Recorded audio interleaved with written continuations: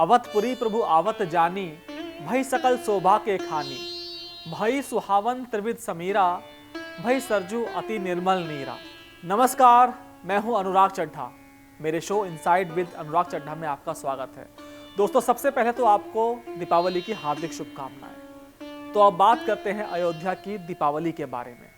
लंका विजय के बाद प्रभु श्री राम जब अयोध्या वापस आते हैं तो उनके आगमन पर जिस प्रकार शीतल, मंद और सुगंधित तीन तरह की हवा चलती है, सरयू का जल निर्मल हो गया और लोगों ने दीप जलाकर जगमग प्रकाश किया।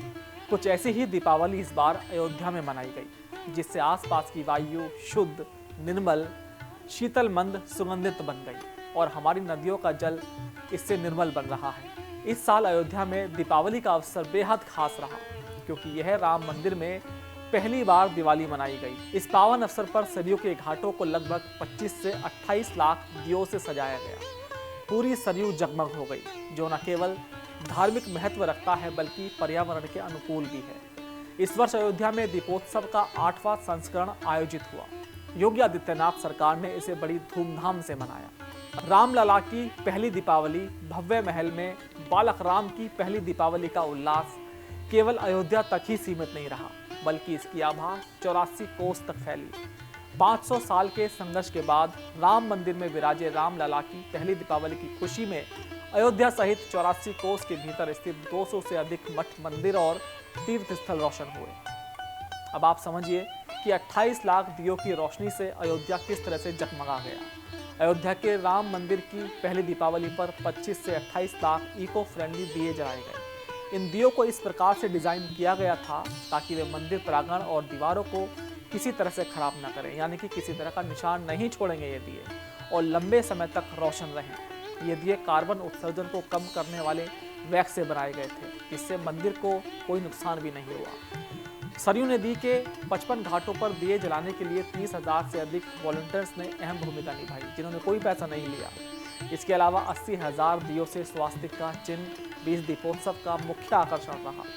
अब आप समझने की कोशिश करिए कि कैसे छोटी दीपावली पर विश्व रिकॉर्ड बन गया। 30 अक्टूबर यानी कि छोटी दिवाली के अवसर पर अयोध्या में 25 से 28 लाख दिए जलाए गए। ये अपने आप में एक नया विश्व रिकॉर्ड है।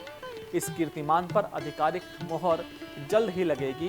भक्ति से सराबोर इस आयोजन ने स्वच्छता और पर्यावरण संरक्षण का एक बेहतरीन उदाहरण भी पेश किया।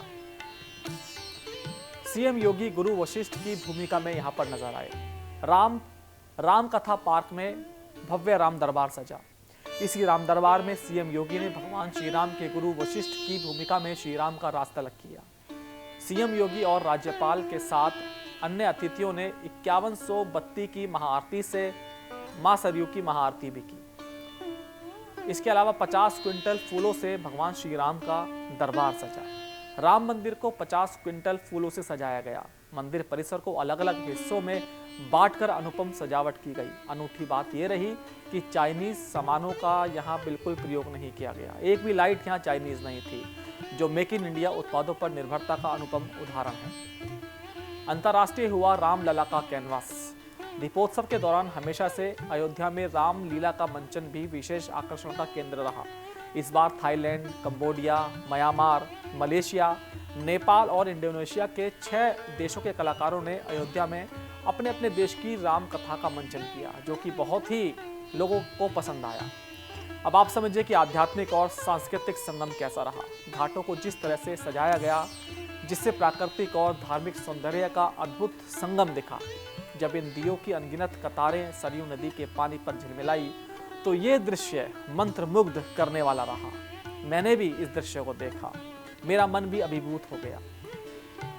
इस बार की सजावट ऐसी रही जिससे पूरी अयोध्या नगरी एक जादुई नगरी की तरह लगने लगी। इस अनुभव ने आपको भी एक अलग तरह की आध्यात्मिक शांति, आनंद से सरोबार किया होगा। दीप प्रज्वलन कार्यक्रम के ठीक बाद भव्य आतिशबाजी का आयोजन हुआ।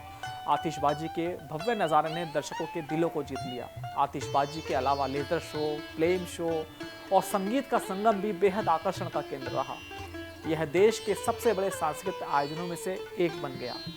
दियों का यह आयोजन सिर्फ भौतिक रोशनी नहीं बल्कि आध्यात्मिक जागरूकता और सांस्कृतिक गौरव का भी एक संदेश के रूप में दिखा।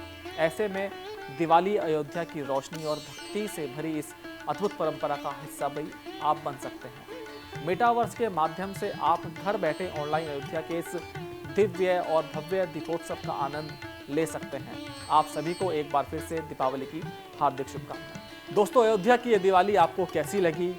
जिस तरह से मैंने आपको छोटा सा विश्लेषण किया, आपको कैसा लगा कमेंट बॉक्स में ज़रूर लिखकर बताइएगा और मेरे चैनल को सब्सक्राइब करना नहीं भूलिएगा। फिर आपसे किसी दूसरी वीडियो में मुलाकात होगी, तब तक के लिए इजाज़त दीजिए।